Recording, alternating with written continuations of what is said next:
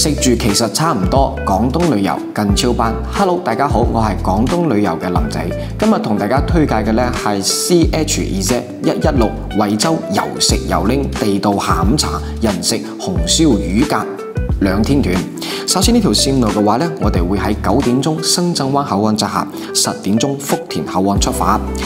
呢條線路我哋嘅目的地就係去到客家之都，被譽為客家4州之首嘅惠州。去到惠州去了解呢個客家文化，去品嚐客家菜。當然啦，呢條線路嘅話呢，我哋夜晚入住喺金源國際酒店，喺酒店食自助晚餐。酒店周邊呢非常之旺，無論係行街宵夜、KTV、沐足按摩一應俱全。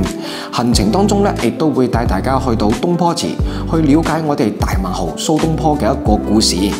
喺行程嘅尾聲，我哋又食又拎，每人贈送一隻鹹香雞返屋企。最重要嘅特色就係呢條線路第2位半價。如果大家覺得呢條線路 OK 嘅話呢，真誠咁希望大家可以轉發分享出去，或者同啲親朋好友一齊報名啦。